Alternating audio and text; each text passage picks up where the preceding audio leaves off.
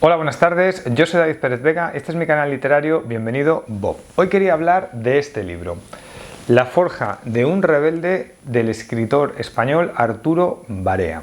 Es un libro, como veis, bastante grueso, de 1335 páginas, teniendo en cuenta el prólogo de la edición de Francisco Caudet, que son como 370. Es una trilogía, La forja de un rebelde, y el prólogo ocupa pues como si fuera otro volumen de la trilogía.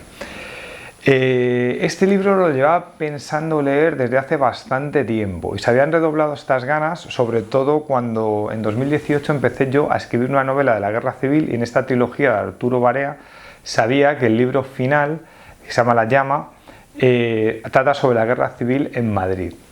Estaba este verano de 2021 queriendo acabar mi novela de la Guerra Civil, que la tenía que revisar, y en julio estaba leyendo como muchos libros cortos, escribiendo reseñas, grabando vídeos reseñas, y hubo un momento que me dije, porque no te estás poniendo con la novela, que es lo que tenías que hacer este verano.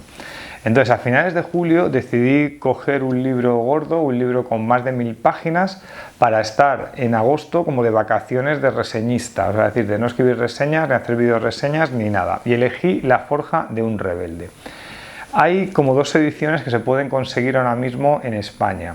Una es de bolsillo, una edición en 3 volúmenes, y otra es este solo volumen que lo ha sacado Cátedra en 2019. Estuve barajando leer una u otra. Al final me decidí por esta, por las notas que tiene y por la edición de Francisco Caudet, que me ha acercado a ella al final del libro, como hago siempre con los libros de Cátedra. Debería decir que el libro de Cátedra es un tanto incómodo porque es muy grueso, tiene una letra bastante pequeña y sobre todo en las notas. La letra de las notas es muy pequeña. No sé si se puede apreciar en la cámara, pero desde luego se ve que la letra, el cuerpo del libro es letra pequeña y las notas que están abajo son muy pequeñas, con lo cual es un libro incómodo de leer. Cátedra ha sacado libros gruesos como este, por ejemplo La Regenta de Clarín, en 2 volúmenes. No sé por qué no ha decidido sacar La forja de un rebelde en 2 volúmenes, que serían el estudio de Caudet, la primera parte, un volumen, y luego el segundo volumen, segunda y tercera parte del libro. Hubiera sido más lógico, me hubiera gustado más. A lo mejor había costado algún euro más, bueno, yo estaba dispuesto a pagarlo. Así que bueno, lo he leído en esta edición, que es bonita, pero ya digo que es incómoda. Y como la llevaba en la mochila muchos días, he estado en agosto, todo agosto con ella, se me han doblado un poquito las puntas, que eso no me gusta, pero bueno. Arturo Barea nació en Badajoz en 1897 y murió en el exilio de Inglaterra en un pueblo que se llama Farringdon en 1957. El libro tiene 3 partes que se llaman La forja, La ruta y La llama. La forja comienza su acción en 1907, cuando el personaje, que se llama Arturo Barea, igual que el autor, tiene unos 10 años y llega como hasta 1914. Arturo Barea es el cuarto hermano de 4, es el más pequeño, y cuando él nace, muere su padre cuando él tiene unos 2 meses. La madre se va desde Badajoz a Madrid. Hay 2 hermanos que se quedan con unos tíos, otro creo que se pone no recuerdo ya si se pone a trabajar, pero bueno, la madre vive con el hijo más pequeño, que es Arturo, en Madrid, en una buhardilla, en lavapiés, y trabaja de lavandera en el río Manzanares, de la ropa de los soldados, o bien de sirvienta para unos tíos que tienen dinero. La primera imagen del libro es muy representativa, porque Arturo Barea, desde la madurez, evoca una escena del río Manzanares en la que están ondeando la ropa que acaban de lavar las lavanderas de los soldados, y los niños están jugando allí, y claro, está evocando a su madre, que se llama la señora Leonor, que es una lavandera del Manzanares, es una mujer pobre y abnegada. Y Barea siempre ha tenido una gran relación con su madre, a la que admira mucho, y su entereza, su trabajo como mujer entregada, porque por este trabajo, este sacrificio que hizo como lavandera, trabajando de sirvienta para los tíos, pues esto impidió que tuviera que entregar a sus hijos a la inclusa y que hubieran acabado en un orfanato. Esto es algo que Barea siempre se lo agradeció, y cuando de adulto tuvo éxito y podía pasar por un señorito, alguien de otra clase social, pues él siempre se reivindicó como alguien del pueblo, alguien de izquierdas y que estuvo siempre del lado de la República. Los 3 libros están divididos como cada uno en 2 partes. La primera parte del primer libro, de La Forja, se evoca un viaje de verano que hace el niño Barea a los pueblos de los que procede su familia, que son Navalcarnero, Madrid, Brunete y un pueblo que se llama Méntrida, creo. A ver, lo tengo por aquí. El otro pueblo se llama Méntrida, sí, que creo que estaba en Toledo, si no recuerdo mal. Vale, hasta Navalcarnero van en un carromato tirado por mulas o por caballos, comiendo el polvo, se tarda mucho, pasan por Móstoles, que me ha hecho gracia porque es mi ciudad, y no pensaba que en un clásico de estas características podía aparecer mi ciudad, y aparece la estatua de Andrés Torrejón, que es uno de los héroes del pueblo, la independencia de los franceses, y claro, esa estatua la he estudiado toda la vida, y aquí te dice, la acababan de poner para rememorar la victoria contra la expulsión de los franceses, no sé qué, con lo cual te está marcando ahí esa primera época de 1908 que rememora 1808. Vale, y entonces en estos pueblos de España, el niño Barea te va mostrando cosas que claro, que están mostradas aunque desde la óptica del niño, pero el que está escribiendo detrás es un adulto. Esto empieza a escribirlo Barea cuando ya ha iniciado el exilio, está primero en Francia, luego va a pasar a Inglaterra y empieza a escribir La Forja en 1938, cuando está en el exilio de París. Y claro, la guerra española ya lleva 2 años y él está buscando en sus recuerdos de niño y lleva hasta la actualidad del escritor imágenes que el lector actual ve que van a conducir a la guerra civil. ¿Y qué tipo de imágenes son estas? Pues por ejemplo te muestra la pobreza del campo, donde hay personas que tienen que arrastrar los arados porque no tienen animales, donde hay caciques que se quedan en una situación en el pueblo que no dejan trabajar a otros más pobres y tienen que exiliarse, a no ser que trabajen para ellos, una situación claramente de abusos. También, por ejemplo, te muestra la brutalidad en el pueblo, el maltrato en las fiestas populares a los toros, a los animales. También te muestra discusiones entre familiares que son clericales o anticlericales. Entonces ya hay un caldo de cultivo en este comienzo del siglo XX, en 1907, 1908, que va a conducir unas décadas después a la guerra civil, ¿no? Cuando estaba leyendo este libro, estaba pensando en libros de la época, yo tuve una temporada que leía libros escritos durante el franquismo, porque quería saber cómo los escritores rompían con las reglas de la censura o qué se podía escribir, ¿no? Entonces, por ejemplo, yo estaba comparando esta lectura con los libros de Camilo José Cela, La familia de Pascual Duarte, que es de 1942, o Los Bravos de Jesús Fernández Santos, que es de 1954. Y La Forja me parecía más rebelde y más moderno. O sea, La Forja de un rebelde me parecía más moderno, aunque se publicó inicialmente en 1940. Se publicó primeramente en inglés en Estados Unidos y lógicamente en Estados Unidos no existía la censura del franquismo que tenía que sufrir gente como Cela o gente como Fernández Santos o la gente que escribía en esa época. Entonces, en este sentido, por ejemplo, me llama la atención que La Forja de un rebelde, en este libro de 1940, aparezca en alguna escena de sexo explícito, con unos niños masturbándose en corro, o aparece, por ejemplo, una escena en la que, como duerme en la cama con algún primo, un primo intenta abusar sexualmente de él, que además, claro, como es una novela en gran medida autobiográfica, que usa su nombre, los nombres de los hermanos están cambiados, pero dices, claro, pero es que este primo del que está hablando, que cambie el nombre, tiene que ser alguien real. Pero yo creo que ya Barea en el exilio de Inglaterra, pues además que está publicando en inglés, los familiares que se quedan atrapados en el franquismo, lo que puedan opinar de su obra, yo creo que no le importa. El lenguaje de La Forja es un lenguaje crudo y directo.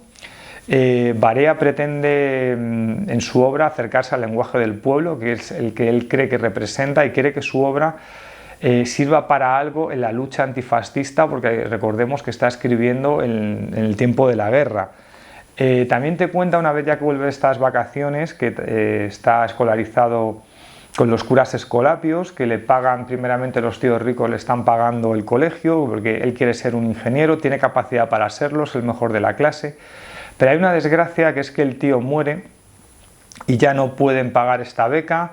Los curas quieren que se quede en el colegio porque le pagan ellos la beca porque es muy bueno, pero él se acaba enfadando porque no quiere recibir la caridad de nadie, acaba dejando a los curas, luego empieza a trabajar cuando es un adolescente, cuando es muy niño, acaba mal en casi todos los trabajos que describe. O sea, parece una persona desde niño con mucho carácter, Barea, y no parece alguien que acepte las malas condiciones. Se revela, como dice el propio título del libro, ante los abusos con los que se va topando en la vida, y es muy explícito con esto. Además me ha parecido muy moderno cómo trata el tema del trabajo, que es un tema que a mí me obsesiona bastante, lo trato en mis novelas, como en esta, que se me olvida ponerla por aquí, y aquí hago un momento spam, en la de Esto no es Bambi, o en esta de Caminaré entre las ratas. Y a veces creo que en la literatura española actual falta hablar de este mundo del trabajo, donde la gente está atrapada horas y horas, y a veces en unas condiciones pésimas, y hablamos poco de él. Y Barea lo trata en la década de 1910 de un modo muy crítico y un modo muy moderno. Es curiosísimo, por ejemplo, que ya existe en la época de 1910 la figura parecida a la del becario, que se llama el meritorio. O sea, los bancos cogen, por ejemplo, a 60 chavales de 13 años y sin cobrar están un año, y después de un año los que han hecho méritos se quedan con 3 y empiezan a cobrar un sueldo muy pequeño, que además lo tienen que administrar los padres, etcétera, y trabajan un montón de horas, están explotadísimos por sueldos de miseria. Leo, por ejemplo, un párrafo donde se habla de la situación laboral de la época que me parece muy significativo. Dice: de poco tiempo a esta parte, las chicas comienzan a trabajar en oficinas y en tiendas en una cantidad cada vez mayor. No se han atrevido a tomar chicas meritorias, y en todas partes les dan sueldos pequeños de 2 duros al mes. Pero con ellas sustituyeron a los empleados y a los dependientes, porque con chicos solos no pueden llenarse una oficina o una tienda, pero con mujeres y chicos sí. La dependencia de los bazares se ha visto poco a poco en la calle. Había dependientes que llevaban 30 años en la casa y ganaban 50 o 60 duros al mes. Por término medio ganaban 40 duros y podían sostener una casa modesta. Ahora toda la dependencia es de muchachas, muy guapas, con un uniforme negro de satén y un delantalito chiquitín, que venden 4 veces más que los dependientes antiguos. La que más cobra 15 duros al mes.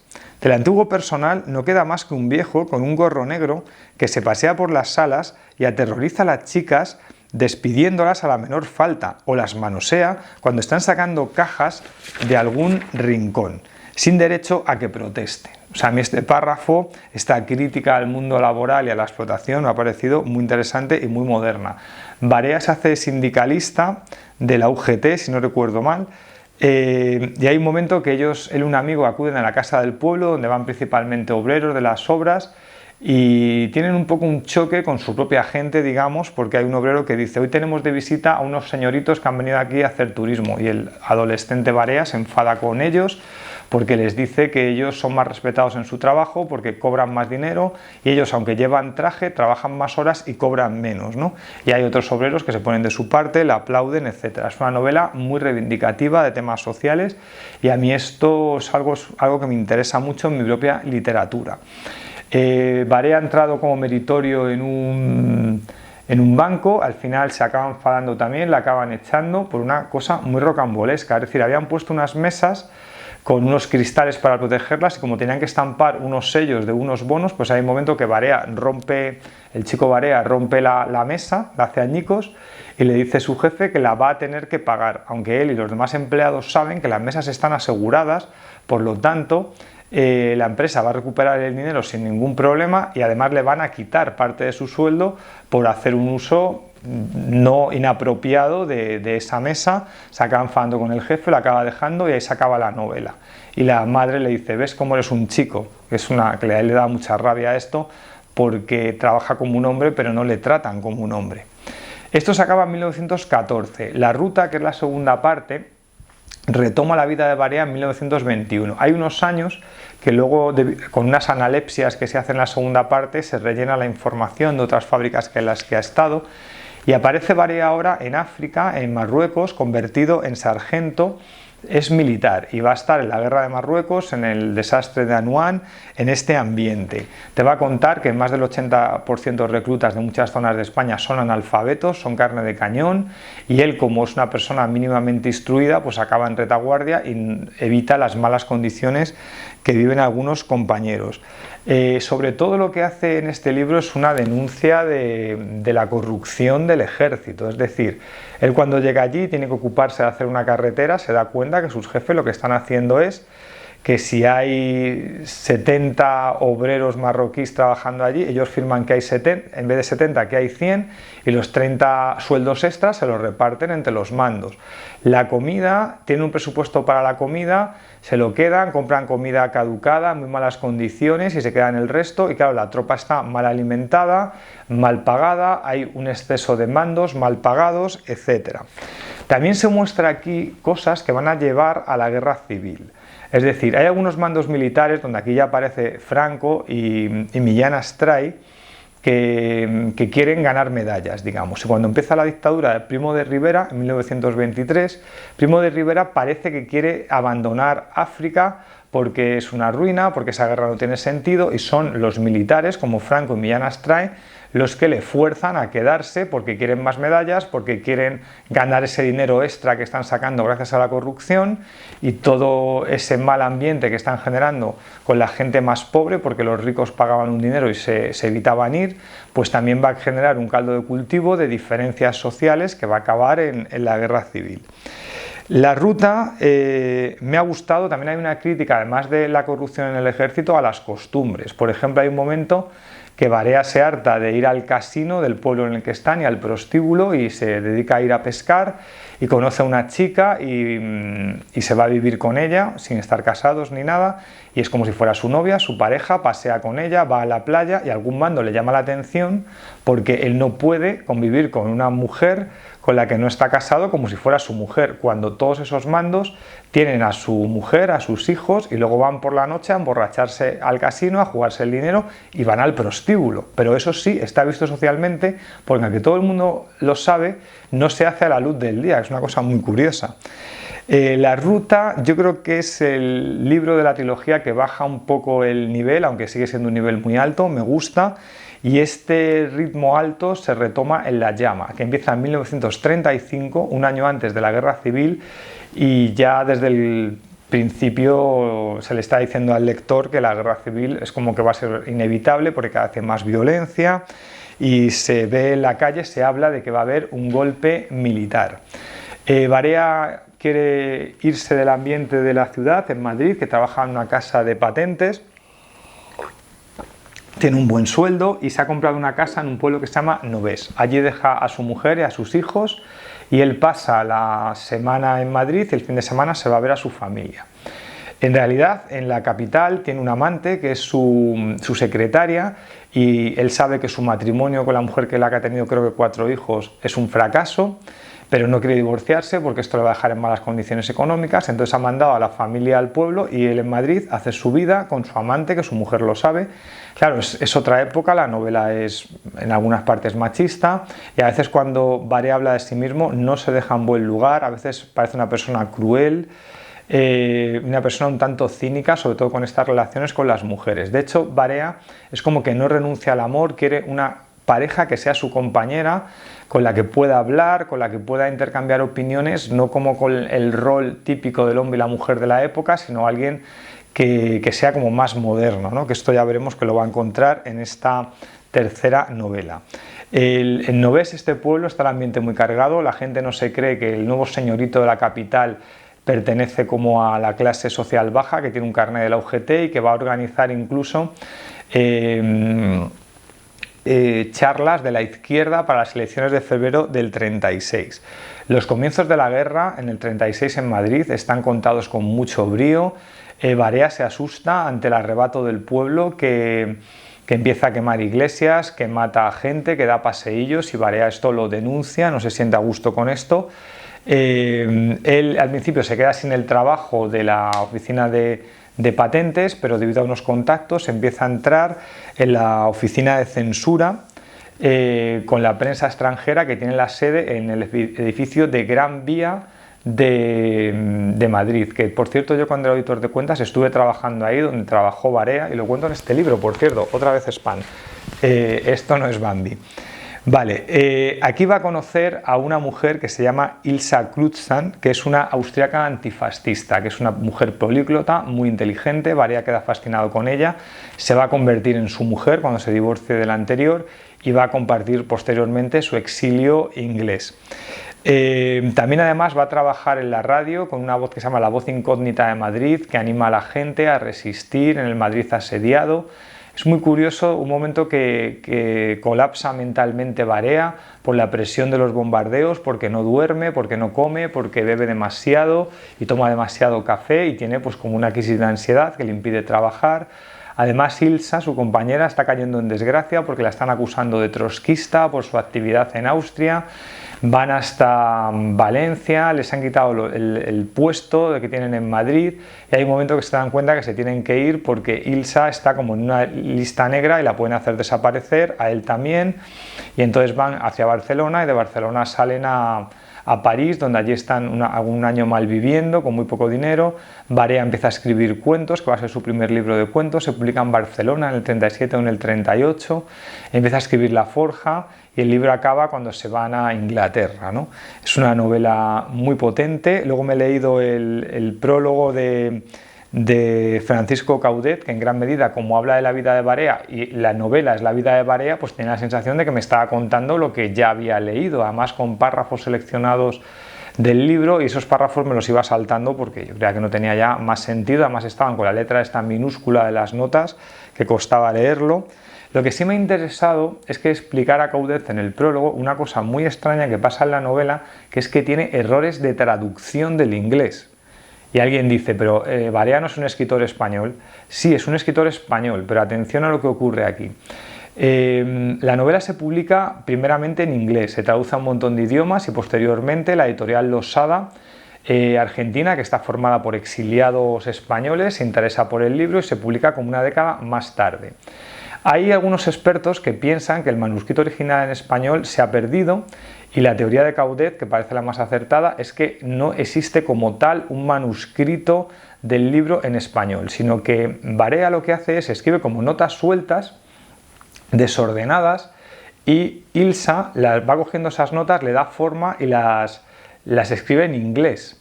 Y entonces cuando del inglés lo quieren pasar, o sea, cuando lo quieren publicar en Losada, no existe ese manuscrito porque son esas notas sueltas que se han acabado perdiendo y Ilsa lo tiene que retraducir del inglés al español. Ilsa es una políglota, pero claro, no tiene tanto nivel de español como para no equivocarse. O sea, hay por ejemplo errores de que en español se dice la gente va por la calle y la gente es singular y va coordina en singular, pero creo que si no recuerdo mal, en inglés people es plural y entonces se coordina en plural con el verbo y eso pues Ilsa lo traduce mal en español, o tiene el típico error este el señor Antonio le presenta a su vecino. Claro, tú dices le presenta al vecino, en inglés es introduce to his neighbor. Y entonces el verbo en español Ilsa lo traduce como le introduce al vecino. Y eso está en el libro. Entonces esto yo creo que Barea no hizo un trabajo de revisión de lo que había hecho la traducción de Ilsa, lo tenía que haber hecho.